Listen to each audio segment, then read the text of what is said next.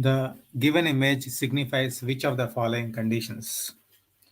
A. Lateral rectus paralysis. B. Internuclear ophthalmoplegia.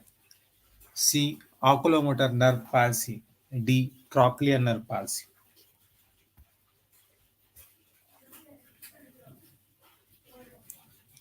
Now, in the given picture, what you can see here is that patient has ptosis in the left eye with defect in all movements except abduction of left eye. So the lateral rectus function is preserved, which supports that oculomotor nerve palsy. There is a paralysis of third nerve. What happens in paralysis of third nerve? In complete paralysis of third nerve, there is ptosis, which prevents diplopia. On raising the lid with the finger, the eye is seen to deflected outwards, divergent squint or exotropia, and rotated internally.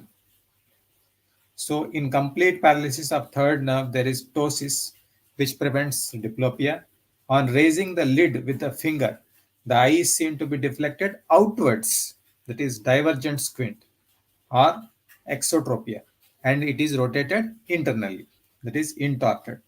So, exotropia is there, intorted is there, owing to the tone of two unparalyzed muscles. The pupil is semi-dilated and immobile. Pupil is semi-dilated and immobile and accommodation is paralyzed. There is a slight degree of protosis owing to loss of tone of paralyzed muscle. There is limitation of movements upwards and inwards and to a lesser extent downwards. With the lid raised, there is diplopia which is crossed, the false image being higher with its upper end tilted towards the paralyzed side. The eye is intorted and the image is extorted. The third cranial nerve innervates the medial, inferior, and superior recti, inferior oblique and levator palpebrae superioris, and iris sphincter. Total palsy of oculomotor nerve causes ptosis, which results in dilated pupil, that is mydriasis, leaves the eye down and out because of unopposed action of lateral rectus and superior oblique. The patient complains of diplopia due to paralysis of these extraocular muscles. In the setting of early or partial oculomotor palsy, any combination of ptosis, pupil dilatation, and weakness of eye muscles supplied by the nerve may be encountered. This oculomotor nerve provides the motor supply to levator palpebrae superioris, superior rectus, medial rectus, inferior oblique. The oculomotor nerve provides parasympathetic muscles supply through ciliary ganglion to sphincter pupillae, which causes a constriction of pupil. Ciliary body, which produces the accommodation. So the correct option here is C, oculomotor nerve palsy. Now let us move to the next question. These spectacles are used in A, progressive glasses for presbyopia, B, bifocal glasses for presbyopia, C, bifocals for pediatric pseudo, and bifocals on adult aphakia. Now you can see these are the bifocal glasses.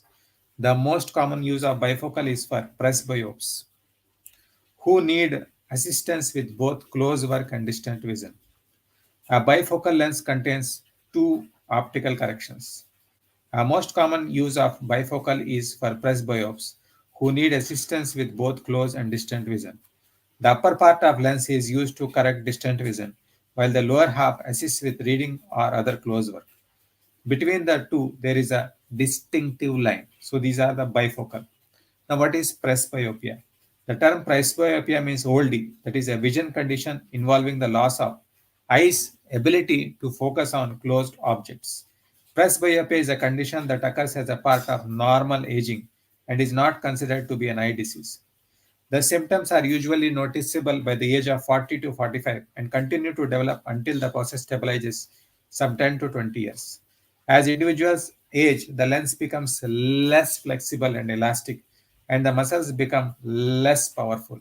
Because these changes result in inadequate adjustment of lens of eyes to various distances, objects that are close will appear blurry. The major cause is loss of elasticity of lens of eye, loss of ciliary muscle power. However, is also believed to contribute to the problem. Individuals typically have difficulty in reading small print and may need to hold reading materials at arm's length. The symptoms include headache and eye strain when doing close work, blurry vision, eye fatigue. Symptoms may be worse early in the morning when individuals are or when individuals are fatigued. Dim lighting may also aggravate the problem. The diagnosis during an eye examination is conducted by part of examination will assess the vision. So it is bifocal glasses for presbyopia. Now let us move to the next question. Oculomotor nerve palsy causes all. A. Meiosis or dilated pupil. Uh, B. Ptosis. C. Outward, upward rolling of pupil. Impaired pupillary reflex. It is outward, upward rolling of pupil. Identify the pathology in the below histopathology of picture of retina. A. Drusen. B. Phagosome. C. Bilateral basal laminar deposit. D. Basal linear deposit.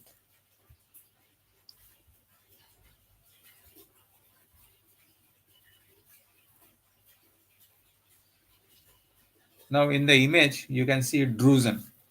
What is drusen? It is a hallmark of age-related macular degeneration.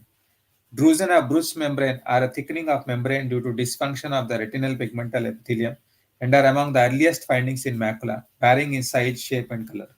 Drusen need not result in visual loss and visual impairment, may occur associated with generalized granularity and or atrophy of retinal pigment epithelium, photoreceptors, and choriocapillaries. Such granularity may also occur in the absence of drusen with a similar reduction in acuity. So the correct option here is drusen. What is the usual weight of rabbit used in ophthalmological experiments? It is 1.5 to 2.5 kg.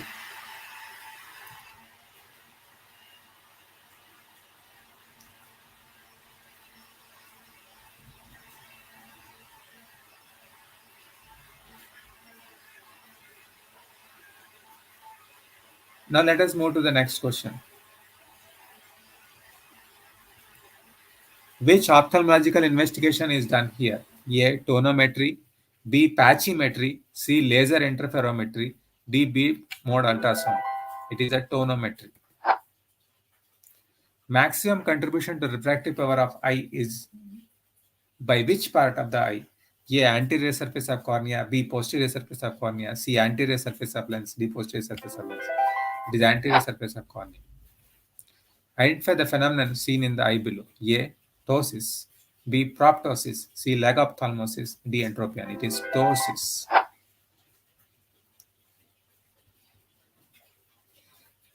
The following device shown in figure is used for indirect ophthalmoscopy. What is the power of lens that should be used to visualize the retina? It is plus 20 diopter. Interruption of optic chiasma will lead to bitemporal hemianopia, B. Binasal hemianopia, C. Homonymous hemianopia, D. Normal vision. It is bitemporal hemianopia.